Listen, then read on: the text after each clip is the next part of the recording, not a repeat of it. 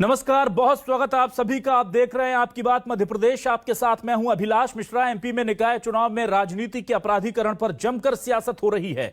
BJP ने आपराधिक background से आने वाले कई प्रत्याशियों का टिकट काट दिया।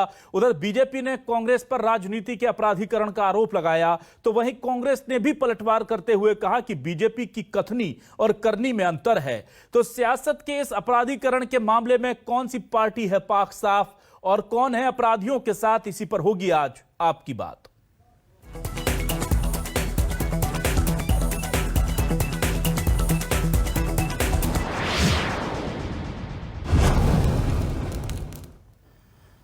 बीजेपी ने बड़ा फैसला लेते हुए आज उन लोगों के टिकट काट दिए जिन पर आपराधिक छवि का होने का आरोप लगा। और ऐसा करते हुए सीएम शिवराज सिंह चौहान हो या प्रदेश अध्यक्ष बीडी शर्मा, उन्होंने न सिर्फ अपने कार्यकर्ताओं और जनता को सीधा संदेश दे दिया कि क्रिमिनल बैकग्राउंड के लोग बीजेपी में बर्दाश्त नहीं होंगे, बल्कि लगे हाथों कांग्रेस पर भी निशाना साध दिया है। बीजेपी के दोनों दिग्गज नेता क्या कह रहे हैं, जरा सुनिए। हमारे राष्ट्रीय अध्यक्ष जी और पार्टी का निर्देश और फैसला है कि हम राजनीति का अपराधीकरण नहीं होने देंगे। और इसलिए जैसे ही इंदौर के टिकट का संज्ञान में आया कि किसी आतंक अपराधी के परिवार को टिकट मिला है, तो तुरंत जैसे ही पता चला, मैंने, प्रदेश अध्यक्ष जी ने, संगठन महामंत्री जी ने बात की और तत्काल उस टिकट को विड्रॉ किया। और आगे भी अगर ऐसी कोई बात संज्ञान में आएगी तो ये बात पक्की है कि भारतीय जनता पार्टी किसी आदतन कुख्यात अपराधी को जनप्रतिनिधि के पद पर प्रतिष्ठित नहीं करेगी। हर प्रकार से इस चुनाव के अंदर क्रिमिनल पृष्ठभूमि के लोगों के बारे में भारतीय जनता पार्टी के हमारे नेतृत्व ने तय किया कि हम इस पर जीरो टॉलरेंस पर जाएंगे।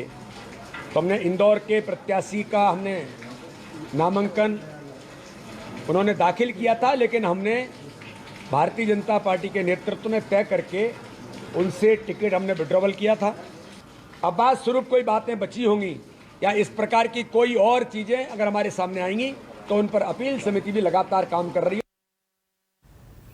और इधर इस पूरे मामले को लेकर कांग्रेस भी बीजेपी पर हमलावर है। हालांकि इस मामले में कांग्रेस भी बहुत पाक साफ नहीं है, लेकिन निशाना साधने का मौका मिला है तो क्यों छोड़ा जाए। गोविंद सिंह नेता प्रतिपक्ष क्या कह रहे हैं, सुनिए। मुख्यमंत्री जी, आपकी कथनी करनी में और आपका चाल चरित्र और चेहरा स्पष्ट हो जाता है। आप कहते कुछ हैं, करते कुछ हैं। इंदौर में भी आपने एक टिकट दिया अपराधी को, आपके कार्यकर्ताओं के विरोध की वजह से आपने उसको वापस लिया। भोपाल, सागर सहित अनेक नगरों में अपराधियों को टिकट दिए गए, मेरे पास प्रमाण हैं। और मैं जांच अगर आप कराएंगे तो आरोप हमारे सिद्ध हो जाएंगे। तो क्या है न्यूज़ 24 मध्य प्रदेश छत्तीसगढ़ के आज के सवाल, आपको सवाल दिखाते हैं। हमारे सवाल है, जीत की चाह में दागियों को दिया टिकट बीजेपी, कांग्रेस के सामने अब संकट विकट। पहले अपराधियों को टिकट बांटे, हंगामा हुआ तो क्या मजबूरी में काटे। अपराधियों का कौन बना पनाहगार, बीजेपी कांग्रेस में सियासी वार। एमपी में पार्टियों का दिल फिर अपराधियों पर आया, साफ छवि वाला किसी को नहीं भाया। ये बड़ा सवाल है कि क्या पाक साफ छवि वाले लोग इतने कम हैं कि कोई भी उन्हें ढूंढ नहीं पाता। ये सबसे बड़ा सवाल है।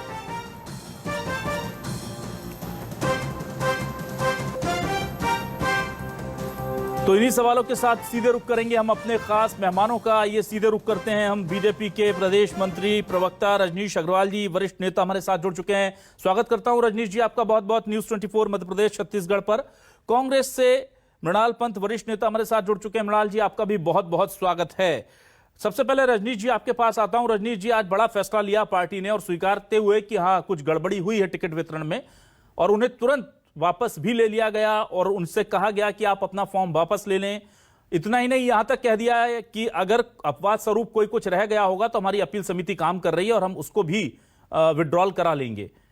तो ये सर मैं जानना चाहता हूं, आप लोगों के पास इतना बड़ा संगठन है, स्क्रूटनी इतने अच्छे से हुई थी, फिर ये चूक कैसे हो गई, या फिर दबाव बढ़ गया इसलिए फैसला लेना पड़ा। ये स्वाभाविक सा सवाल ये पूछना चाह रहा था मैं। देखिए, स्थानीय स्तर पर भारतीय जनता पार्टी के प्रत्याशियों का चयन होता है। किसी कारण से अगर कोई चूक हो गई जी, तो उस चूक को स्वीकार नहीं किया गया। हम राजनीति में अपराधीकरण को स्वीकार, चलते चुनाव में, हरे चुनाव में, जी। चुनाव के बीच भारतीय जनता पार्टी ये कहने का साहस करती है कि राजनीति में अपराधीकरण नहीं स्वीकार करेंगे, चलने नहीं देंगे। कांग्रेस का तो ये हथियार रहा है। 2018 का वीडियो आपने देखा होगा कमलनाथ जी का, नहीं देखा होगा आपने, आप व्यक्त कहिए कि वो वीडियो दिखाएं। इसमें वो कह रहे हैं 1 नहीं 10 भी हो तो चलेंगे, किसी प्रकार के केस हो तो चलेंगे, चलने दीजिए, हमें तो प्रत्याशी चाहिए। ये कमलनाथ जी के अध्यक्ष वीडियो वायरल हुआ था और 2018 में सबने देखा। और अभी भी कई प्रकार के ऐसे प्रत्याशी हैं जो लगातार आपराधिक प्रवृत्तियों से जाने जाते हैं, कुख्यात हैं, और कांग्रेस पार्टी ने उनको प्रत्याशी बनाया है। भारतीय जनता पार्टी समाज में जाएगी, मतदाताओं को जाएगी, जागरूक करेगी, लेकिन हम राजनीति में आपराधिक समझौता नहीं करेंगे, किसी कीमत पर नहीं करेंगे, लोकतंत्र को कलंकित कलुषित नहीं होने देंगे। लगातार कांग्रेस ने राजनीति का अपराधीकरण करने का प्रयास किया है, लेकिन हम स्वीकार नहीं करेंगे। ये हमारी भारतीय जनता पार्टी को निश्चित तौर पर नेतृत्व को अभिनंदन है, सराहना है कि भरे चुनाव में कहने का साहस करते हैं, मुद्दा बनाने का काम करते हैं कि जो अपराधी, क्योंकि ये बहुत लोकल चुनाव होता है, स्थानीय स्तर का चुनाव होता है, क्या सच है क्या झूठ है स्थानीय जनता बखूबी जानती है, कोई बच नहीं सकता। और इसलिए ये बिल्कुल बेबाकी के साथ में नेतृत्व ने कहा कि हम किसी भी तौर पर राजनीति में अपराधीकरण को स्वीकार नहीं करेंगे। ठीक है मृणाल जी, कुछ अच्छी चीज अगर विरोधी भी करे लोकतंत्र में तो उसकी तारीफ कर देनी चाहिए। पहले परिवारवाद से किनारा करने का बड़ा फैसला लिया बीजेपी ने, हालांकि आप कहते हैं कि पूरी तरह नहीं किया, लेकिन काफी हद तक हम देख रहे हैं कि उससे किनारा कर लिया। और अब अपराधियों से दूरी बनाने की बात कही और गलती जब समझ में आई तो उसे सुधार भी लिया। चलते चुनाव में टिकट वापस करवा दिए, विड्रॉल करा दिए फॉर्म्स। तो आप तारीफ करेंगे, अभी भी आपको लगता है कि कुछ नियत में खोट है? अपराधियों को दिए गए कुछ टिकट भारतीय जनता पार्टी ने वापस ले लिए। बड़ी खबर तो यह है कि ऐसे ऐसे अपराधियों को भारतीय जनता पार्टी ने टिकट दिए, वो भी मुख्यमंत्री जी की सहमति से, प्रदेश अध्यक्ष जी की सहमति से, जिन अपराधियों पे छोटे मोटे आरोप नहीं है, जो सुपारी लेकर लोगों की हत्याएं किया करते हैं, इनकी जेल, इनकी पुलिस, लेकिन उसके बीच में जाके जेल में घुसकर हत्या करने के आरोपी के परिवार वालों को भारतीय जनता पार्टी की सरकार ने टिकट दे दिया। राजनीति भले ही ये कह के बचने की कोशिश करें कि स्थानीय स्तर पर टिकट होते हैं, तो बताइए ये प्रदेश में चुनाव समिति का निर्माण क्यों किया गया था?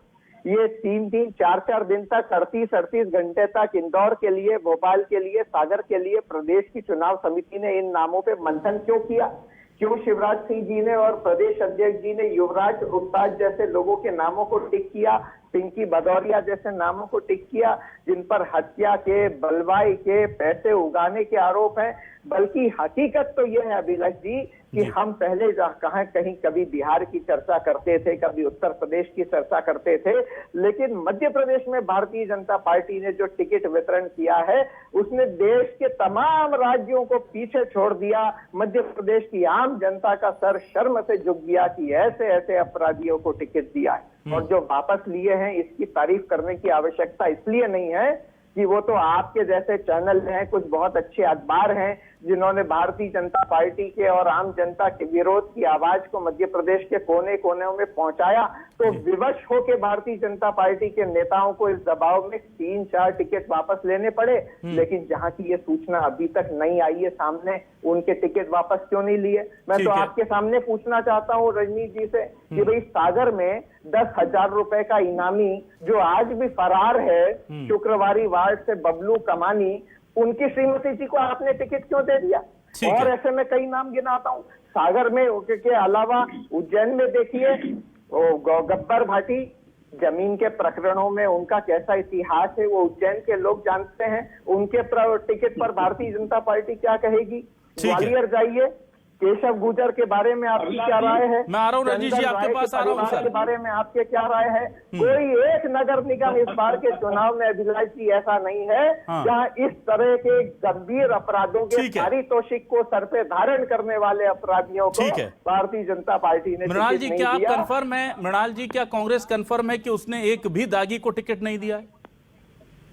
आप कह सकते हैं कि आपराधिक उम्मीदवारों में और प्रकरण वाले उम्मीदवारों में अंतर होता है। हाँ। यूं तो भारतीय जनता पार्टी की सरकार ने प्रदेश के पूर्व मुख्यमंत्री दिग्विजय सिंह जी पर भी आपराधिक प्रकरण लगाए। आप ये कह रहे हैं कि आपने राजनीतिक किसी लोगों पर आपराधिक प्रकरण लगते हैं, ठीक है। देखिए राजनीतिक रजनीश जी। अपराधी पे आपराधिक प्रकरण लगना और आपराधिक प्रकृति के व्यक्ति का राजनीतिक नेतापन के सामने आना दोनों अलग अलग ठीक है। काम है। रजनीश जी जवाब दे दीजिए, फिर मैं अरुण जी के पास आता हूं। बड़े गंभीर आरोप मृणाल जी लगाए हैं। पहली बात ये है कि सजा याफ्ता भारतीय जनता पार्टी में कोई प्रत्याशी नहीं बना। लोकल लेवल पर भी चुनाव किया तो सजा याफ्ता नहीं, जिसकी ये बात कर रहे हैं श्रीमान, प्रकरण दर्ज ही हैं जिन पर केस चल रहे हैं और कांग्रेस में एक नहीं अनगिनत है। और हम तो कह रहे हैं कि छवि अगर गुंडा की हो, अपराधी की हो, भारतीय जनता पार्टी का कोई प्रत्याशी हो, वोट मत देना।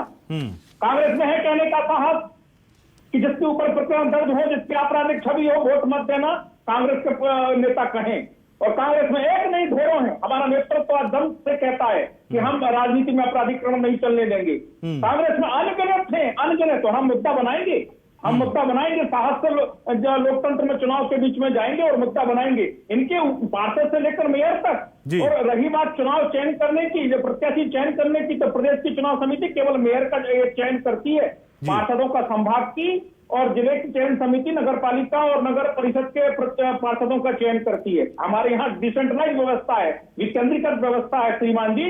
और ये आप कहने का साहस कांग्रेस में हो तो बताए कि हम अपने आपराधिक छवि के मैंने सजायाफ्ता भी नहीं कहा, आपराधिक गुंडा जिनकी छवि है उनके तमाम पार्षदों के टिकट और अध्यक्षों के टिकट वापस लेते हैं। कहें, दावा करें। ठीक है। और हम करते हैं। मृणाल जी क्या आप दावा कर सकते हैं कि अगर कांग्रेस ने किसी आपराधिक छवि के व्यक्ति को टिकट दिया है तो उससे वोट ना करे पब्लिक? ये बड़ा ऐलान कर रहे हैं। हम करेंगे उजागर। जी मृणाल जी। मध्य प्रदेश की जनता और मतदाता बहुत समझदार है और मैं कांग्रेस के प्रवक्ता की हैसियत से स्पष्ट तौर पे इस खुले चैनल पर कह सकता हूं कि जिस भी पार्टी का जो भी उम्मीदवार मध्य प्रदेश की जनता को ऐसा लगता है कि वो अगर गुंडा है तो कृपया उसको वोट न दें। ठीक है, अरुण जी के पास आता हूँ। सर ठीक है, अरुण जी ने हमें ज्वाइन कर लिया है। सर अरुण जी ने ज्वाइन किया है, उजागर करने का काम। ठीक है मृणाल जी। अरुण गोटू जी आ गए हैं, पूर्व आईपीएस, हमारे साथ बहुत सम्मानित आईपीएस रहे हैं और ऐसे अधिकारी मध्य प्रदेश को कम ही मिले हैं। अरुण जी बहुत स्वागत करता हूं आपका हमारे इस डिबेट में। और अरुण जी आप सुन रहे हैं, मुझे ये बताइए कि क्या वाकई में राजनीति को अपराधियों से दूर किया जा सकता है, या कम से कम जो शुरुआत हुई है हमें इसको लेकर के कुछ पॉजिटिव थिंकिंग रखनी चाहिए? हालांकि बहुत देर से ही सही, पर कुछ एक सुखद खबरें आ रही हैं, कैसे देखते हैं आप? अभिलाष जी, जैसा कि आप जानते हैं, association for democratic reforms ADR के नाम से जो अखिल भारतीय संस्था है जी, उसकी वजह से ही आपने देखा कि ये जो आपराधिक प्रकरण, प्रॉपर्टी, एजुकेशन क्वालिफिकेशन, ये जो फाइल करना पड़ता है कैंडिडेट्स को, ये उन्हीं की वजह से है। जी बिल्कुल। जो सुप्रीम कोर्ट ने फिर माना कि भाई हाँ, जनता को मालूम होना चाहिए क्या क्या है। अभी हम लोग लगे हुए हैं इस चीज़ के पीछे भी कि जो आपराधिक प्रकरण हैं जिनके पे उनको नहीं दिया जाए टिकट। पर अभी तक, जहाँ तक मैं जानता हूँ, किसी भी पार्टी ने इस चीज़ को पूर्णतः सही भावना से स्वीकार नहीं किया है। और चाहे वो लोकसभा ले लें, चाहे वो असेंबली ले लें, इस तरह के लोग हैं हर पार्टी के अंदर जिनके पृष्ठभूमि आपराधिक है और जो चुनाव जीते हैं, टिकट दिया गया है, चुनाव जीते भी हैं। यहाँ तक कि कहा जाता है कि कुछ जेल में बैठे ऐसे अपराधी हैं जो जेल में बैठे बैठे जो है वो जीत गए जी। उनका इतना आतंक कहिए या पैसा उनके पास इतना है जैसा भी। तो ये कहना कि अपराधीकरण रुक गया है, ये तो बिल्कुल गलत है। अब ये ज़रूर मैं मानता हूँ कि देखिए, दो किस्म के अपराध हम लोग कहते हैं। एक वो होता है जिसमें पॉलिटिकली मोटिवेटेड कहिए, या जिसके अंदर इरादा नहीं होता, जो हम जिसको कहते हैं कि मॉरल टर्पिट्यूड। मॉरल टर्पिट्यूड जो है वो इन्वॉल्व नहीं होता, वो साधारण सा है, जैसे कि रास्ते में चलते मारपीट हो गई। अब आपराधिक प्रकरण तो हो गया, परंतु वो इस तरह, या ट्रैफिक का वायलेशन हो गया, वो आपराधिक प्रकरण तो हो गया, परंतु ऐसे अपराधों के अंदर हम ये मानते हैं कि मॉरल टर्पिट्यूड इन्वॉल्व नहीं है, आपकी नैतिकता का सवाल नहीं है जी। पर जब हम देखते हैं कि ऐसे लोगों को तो हम खुद चाहते हैं कि भाई टिकट दिया जाए, क्योंकि इत्तेफाक से कुछ ऐसा हो जाता है आपस में जी। परंतु वास्तव में जो देखते हैं तो सभी पार्टियां ऐसे लोगों को दे रही हैं जो कि रॉबरी के अंदर, रेप के अंदर, मर्डर के अंदर, जिनका कि मॉरल टर्पिट्यूड जिनमें इन्वॉल्व है, जिनमें नैतिकता का सवाल प्रश्न है, उसको भी टिकट दे रही हैं। अब ये इन लोगों का कहना कि साहब जब वो सज़ा मिल जाएगी तब एक ये कवर मैं कहूँगा कि ले लिया है। अब वो तो आप जानते हैं कि कोर्ट के अंदर कभी कभी देर भी लगती है और न्याय नहीं होता है, परंतु उनका जो मानसिकता है वो तो सामने आ गई। अगर कोर्ट के अंदर चार्ज फ्रेम हो गया, इसका मतलब प्राइमा फेसाए जो है वो अपराध माना है कि हाँ इन्होंने ये किया है, ये तो हो गया। तो ऐसे ही चुनाव को क्यों दिया जाता है भाई? क्या दूसरे अच्छे लोग नहीं है सरकार पब्लिक के अंदर? तो मेरा ये कहना है कि नहीं, अभी वो लोग पार्टी वाले कुछ भी क्लेम करें, पर असलियत जो है वो ग्राउंड रियलिटी जिसको कहते हैं वो अभी बहुत दूर है। और इलेक्शन कमीशन, सुप्रीम कोर्ट, हम लोगों की जैसे संस्था है ADR, ये सब इसी में लगे हुए हैं कि किसी तरह से ऐसों को पार्टी ही न दे, वोट देने की नौबत ही नहीं आनी चाहिए, पार्टी ही अपने स्तर के ऊपर ये कार्रवाई करे। ठीक है, क्योंकि ये भी देखते हैं अपन कि जब इस पृष्ठभूमि के लोग आते हैं तो वो पैसे का, दबाव का, कभी कभी तो कास्ट, रिलीजन, ये सब भी उसके अंदर जो है वो आ जाते हैं, और जिस निष्पक्षता से वोट दिया जाना चाहिए वो नहीं हो पाता। और असली जो रिप्रेजेंटेटिव्स हैं या जो असली लोग हैं, पढ़े लिखे, जो कानून समझते हैं, जो कानून बनाने के अंदर मदद कर सकते हैं, वो लोग नहीं आते। ठीक सर, और मैं आता हूं रजनीश जी। देखिए, बहुत अच्छी बात अरुण जी ने कही, लेकिन मैं ये जानना चाहता हूं कि जब परिवारवाद को लेकर के एक बड़ा और फर्म डिसीजन लिया गया था, इसी भोपाल की जमीन से बीजेपी अध्यक्ष, राष्ट्रीय अध्यक्ष ने ऐलान किया था, तब ये मैसेज पूरा क्लियर था। और जब मैंने देखा कि बहुत सी जगह सुगबुगाहटें भी हुई, लेकिन उस पर काफी हद तक अंकुश रहा, बहुत 100% नहीं, लेकिन काफी हद तक अंकुश रहा। इस बार ये जो डिसीजन अपराधियों से दूरी बनाने का था, ये मिड टर्म में आया, बीच में आया, तो क्या लगता है कि इस बार मैसेज कन्वे नहीं हो पाया, इसलिए ऐसा हो गया था, और अगली बार से हम इस पर पूरा ध्यान देंगे, या इस बार खास तौर से इन चुनावों को देखते हुए कोई खास स्ट्रेटेजी अपनाई है आप लोगों ने? अभिलाष जी, पहली बात तो ये भारतीय जनता पार्टी का स्टैंडिंग डिसीजन है, यानी हमने कोई अभी डिसीजन लिया ऐसा नहीं है। ये मामले ध्यान में आए, क्योंकि मैंने पहले भी कहा ये स्थानीय स्तर पर निर्णय होता है, निर्णय गलत है तो भरे चुनाव में हमने अस्वीकार किया, और इस प्रकार के मुद्दे को हमने नगरीय निकाय चुनाव में, जहां ये बड़ा महत्वपूर्ण होता है एक पार्टी के नाते, लेकिन हमने कहा कांग्रेस में साहस नहीं है जी। हमने आपको बताया वीडियो श्रीमान कमलनाथ जी का, जो कहते हैं कि एक नहीं 10 भी केस होंगे तो चलेगा। आपको पता होगा कि सुप्रीम कोर्ट की जिस बात कर रहे हैं अरुण जी, सुप्रीम कोर्ट का डिसीजन आया था, यूपीए की सरकार थी, ये कानून को बदलने को चले थे, और मोदी जी की सरकार आई तो हमने विशेष न्यायालय स्थापित किए ताकि जनप्रतिनिधियों के प्रकरण तत्काल निपटाने का काम हो। कई लोगों ने पद खोए हैं, विधानसभा से या लोकसभा से पद खोने का काम भी हुआ है, तो विशेष न्यायालय मोदी जी की सरकार ने। हम नहीं चाहते राजनीति में अपराधीकरण हो, लेकिन कांग्रेस तो दड़ेगम सरेगम कहती है, और कमलनाथ जी कहते हैं कि एक नहीं 10-10 केस हो तो चलेंगे, हमें तो प्रत्याशी चाहिए।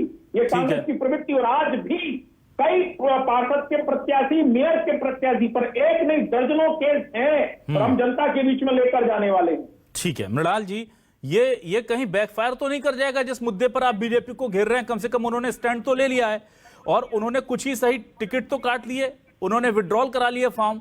अब अगर कल को लिस्ट निकाल दी बीजेपी ने, तो क्या आप तैयार हैं ये सब स्टेप उठाने के लिए, या फिर कोई दूसरा रास्ता बचाव का खोजेगी कांग्रेस?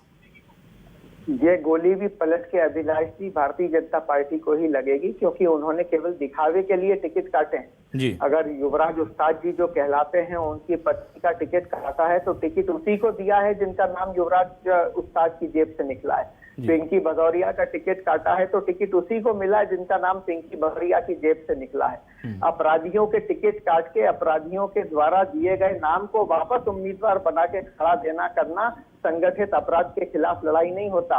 दूसरा, अभिलाष जी, उन सफेदपोश अपराधियों का क्या, जिनके मार्फत से भले ही उनपे अपने रसूख और राजनीतिक रसूख के कारण आपराधिक प्रकरण नहीं लगे, लेकिन मध्य प्रदेश और क्षेत्र की जनता पूरी तरह से जानती है कि इस क्षेत्र के इन पूरे गुंडों को भारतीय जनता पार्टी की इस सरकार में भारतीय जनता पार्टी के उन्हीं नेताओं का संरक्षण है जो कहीं महापौर पद के प्रत्याशी हैं और कहीं पार्षद पद के प्रत्याशी हैं। और परिवारवाद पर भारतीय जनता पार्टी ने कोई काम नहीं किया है। उदाहरण के लिए खंडवा में भारतीय जनता पार्टी के 4 बार के विधायक हुकुम यादव जी की बहू का ही टिकट क्यों मिला? किसी भारतीय जनता पार्टी के नेता की कार्यकर्ता, महिला मोर्चे की कार्यकर्ता को टिकट दे देते। 5 जिलों में महिला मोर्चे की जिलाध्यक्षों ने इस्तीफा क्यों दिया? रैली क्यों निकाल रही है? झगड़ा क्यों कर रही है? धरना क्यों दे रही है भारतीय जनता पार्टी के खिलाफ? भारतीय जनता पार्टी के खाने के दांत और हैं, दिखावे के दांत और हैं, क्योंकि मीडिया के माध्यम से चिल्ला कर झूठ बोल के मध्य प्रदेश की जनता को गुमराह करने का काम कर रहा है। अभिलाष जी, रजनीश जी बोलिए। पहली बात तो ये कांग्रेस ये कहने का साहस क्यों नहीं करती कि अगर किसी आपराधिक छवि के पार्षद का प्रत्याशी या मेयर का प्रत्याशी होगा हम विड्रॉ करेंगे। भाजपा ने कहने का साहस किया, कांग्रेस में है दम। और जनता वोट ना दे उन्हें। आपराधिक प्रकरण सामने कह रहा हूँ, प्रकरण की मैं भी बात नहीं करता, राजनीतिक प्रकरण की बात नहीं करता। कांग्रेस पीसीसी अध्यक्ष कहें कि हम उन प्रत्याशियों को विड्रॉ करेंगे, इनकी हिम्मत है, हम जनता के बीच में लेके जाएंगे। हम तो मुद्दा बना रहे हैं, हम जनता के बीच में लेके जाएंगे। परिवारवाद के नाम पर हमने 100% एक भी व्यक्ति को जिसके घर से विधायक सांसद है या किसी और जनप्रतिनिधि है उसको प्रत्याशी नहीं बनाया, उसको प्रत्याशी नहीं बनाया।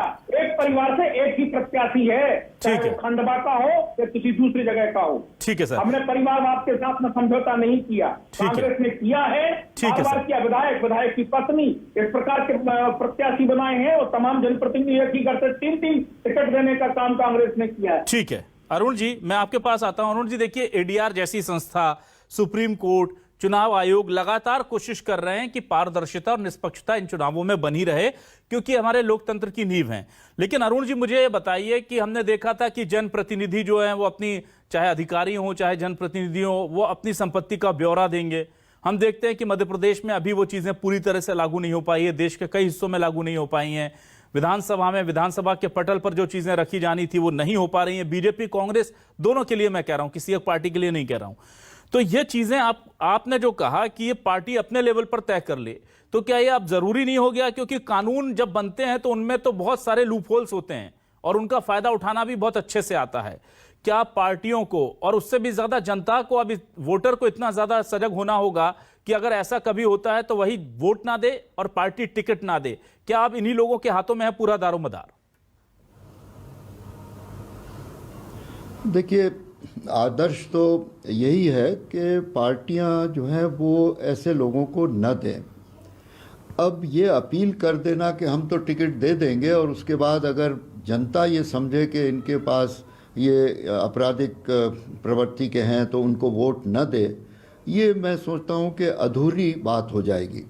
कि जब आपने खड़ा कर दिया किसी को तो लाजमी है कि आप उसके वोट देने के लिए नीचे ग्राउंड वर्कर्स जो हैं कम से कम वो लोग तो काम करेंगे ही। आपने ऊपर से कुछ भी कह दिया प्रदेश स्तर पर या अखिल भारतीय स्तर के ऊपर, पर जो ग्राउंड लेवल के ऊपर रियलिटी आएगी वो अलग आएगी।